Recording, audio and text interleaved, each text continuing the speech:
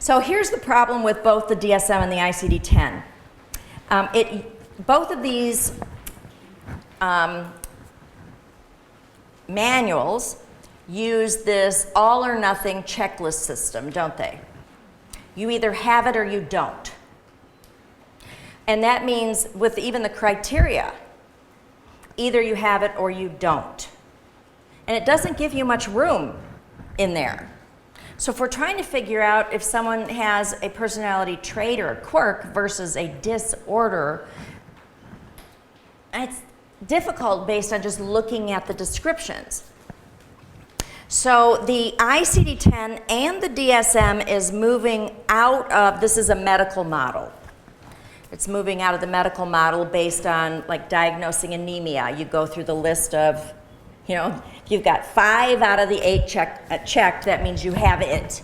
So they're moving out of that kind of a model for humans, which I am celebrating, into a dimensional model. Borderline personality disorder has 9 criteria.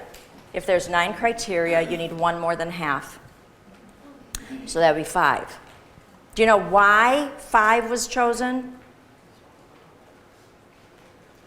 Yeah, completely arbitrary. There is nothing based in science, in doing a factorial analysis, and nothing. It was a completely arbitrary decision. So if you do take somebody who's a statistician who likes to work with numbers, or is a geek like me, I figured out that if out of the 9 criteria, if you only need 5, and anything above that, there are 263 different ways to meet the criteria for borderline personality disorder. How specific is that?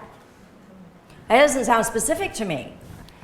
So what I usually do is I'm talking to somebody and I use my hands to create a scale, 0 to 10. Where would you rank yourself on this particular trait? And they may rank it, and I'll say, and where would you rank your spouse, which is usually at the other end of the spectrum. And I'll say, okay, so, he's here and you're here. What if we make a tiny modification, maybe something like this? Did you see that? Let me do it again. All right, so you're here and he's here, so we might make a tiny little modification, something like this. Your goal is going to be visually show them what's expected instead of having them become more rigid because they think you want them to go to the other end of the spectrum. So that's something in cognitive therapy I'm sure you recognize. It's called scaling. Not scaling as in a fish, but scaling as in on a scale.